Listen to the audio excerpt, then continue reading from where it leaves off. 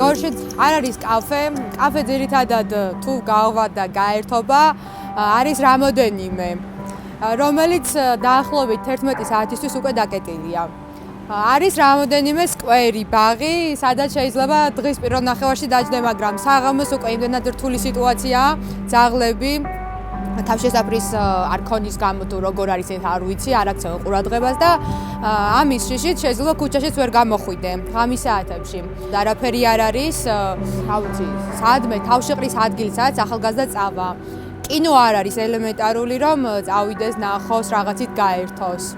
არის კლუბი, სადაც შეიძლება ჩატარდეს წელიწადში ერთხელ ორჯერ რაღაც აქტივობა და თუ რაიმე კამპანიას ვინმე ჩაატარებს ან რაღაც დაგეგმილი იქნება ახალგაზრდობის მიერ ისიც ჩატარდეს რაიმე 1-2 უბრალო ღონისძიება ან კონცერტი, ესეც ქალაქის ცენტრში, სადმე ან სტალინის სახლ-მუზეუმში, ან თვითონ ცენტრში სადღაც. ღირსშესანიშნავ ადგილას, რასაც ეძახიან გორელები.